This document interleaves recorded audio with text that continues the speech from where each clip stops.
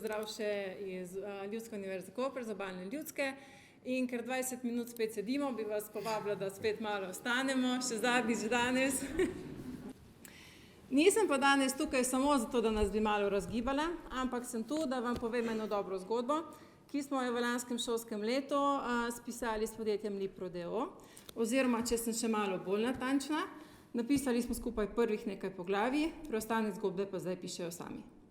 Lipro je družinsko podjetje z okoli 50 zaposlenimi, ki se ukvarja z razvojem transportnih linij in avtomatizacijo proizvodnje.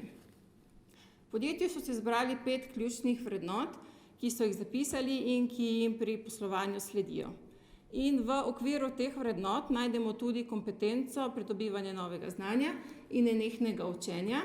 In v duhu tega z njimi sodelujemo zdaj že precej let in smo za njih izpeljali tečaje italijanščine, nemščine, Excela, veljave mentorskega sistema in tudi program zdravja na delovnem mestu, o katerem bom malo več povedala še danes. O razlogih, zakaj so se odločili za vpeljavo tega programa, nam je več povedala njihova vodja operative, Barbara Pribac, ki je bila tudi dopoldan z nami. Povedala nam je: za vpeljavo programa podjetja smo se odločili, ker nam je zelo pomembno, da se naši zaposleni pri nas počutijo dobro. Zavedamo se, da moramo ravnati odgovorno in izpolnjevati eno izmed obvez do zaposlenih, to sta skrb za zdravje in varnost, ki sta neposredno povezana z dobrim počutjem na delovnem mestu. Sodobni poslovni izzivi na vsak dan prinašajo veliko stresa, ki ogroža dobro počutje na delovnem mestu, zato smo želeli zaposlene opolnomočiti z znanji, kako se soočati s temi izzivi in poskrbeti za svoje dobro počutje. In ker je takrat pri nas tekel projekt pridobivanja temeljnih kompetenc, ki se bo pravkar zaključil, smo se odločili, da bomo program razvili znotraj tega projekta. K sodelovanju smo povabili izkušeno in priznano fizioterapevtko magister Majo Fortunat, ki se med drugim ukvarja tudi s promocijo zdravja, z varovanjem zdravja in s profesionalnimi poškodbami. In nastal je 40-urni program zdravja na delovnem mestu, ki smo ga do sedaj izpeljali v 5 ločenih skupinah po podjetjih in tudi pri nas doma na Ljudski. Vsebina programa zajema poškodbe zaradi ponavljajočih se obremenitev, opozorilne znake, preventivo in pomoč pri težavah, ergonomijo na delovnem mestu in doma, telesno držo, psihološko ozadje, globoko dihanje s prepono in meditacijo, telesno aktivnost, urejeno in raznovrstno prehrano ter vaje na delovnem mestu.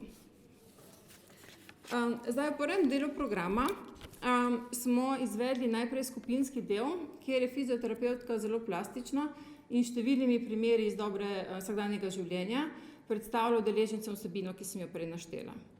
V drugem delu pa so se zaposleni naučili pravilno izvajati vaje na delovnem mestu. Ker niso želeli tam narediti potem še pike, so se odločili, da bodo 2-krat tedensko uvedli 15-minutne aktivne odmore, v katerih bodo zaposleni potem izvajali te vaje. Fizioterapevtka je vaje razdelila na vsebinske sklope, glede na to, ali gre bolj za tiste zaposlene, ki več sedijo, ali za tiste, ki več stojijo, ali za tiste, ki so bolj fizično aktivni.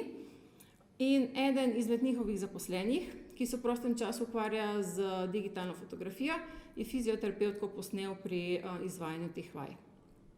Od takrat naprej predvajajo na zaslonu te vaje in zaposleni jih izvajajo. Fizioterapevtka še vedno pride pogosto mimo njih, da pogleda, če vaje pravilno izvaja, da se posveti novo zaposlenim, da vaje malo zamenjajo, da je proces živ, da je pester, da jim je zanimiv, da se pač ne dolgočasijo. Od začetka so bili zaposleni sicer zadržani in skeptični, zdaj so s temi aktivnimi odmori zadovoljni, cenijo, da podjetje skrbi za njihovo zdravje in jim omogoča te odmore znotraj njihovega dela. Je pa res, da še vedno velikokrat najdejo izgovore za neudeležbo, imamo veliko dela, nadomeščamo sodelavca, se grem popoldan v fitness in takrat je potrebna vztrajnost, dosti spodbude in pa predvsem vzor, kajti vaj se udeležujejo vsi, od vrha do vsi zaposleni v podjetju. Tako da s tem tudi vodilni kader potem daje vzor ostalim.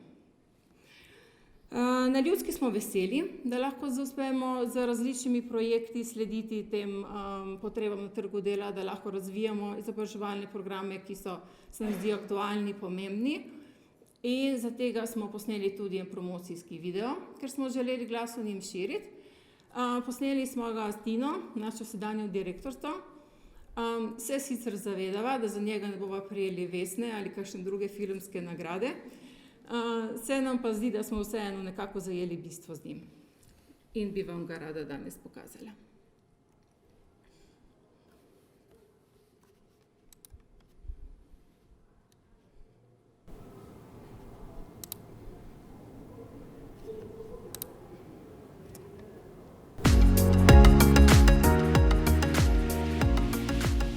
Na Ljudski univerzi Koper se prilagajamo in sledimo spremembam.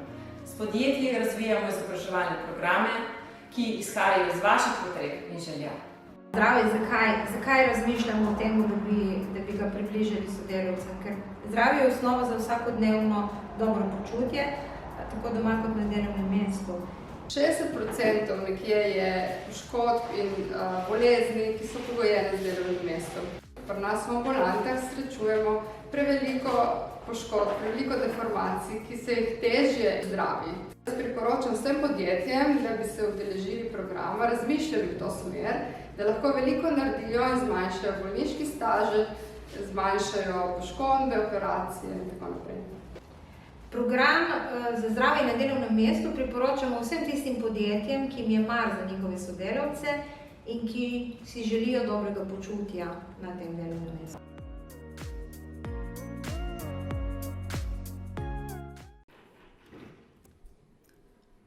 Thank you.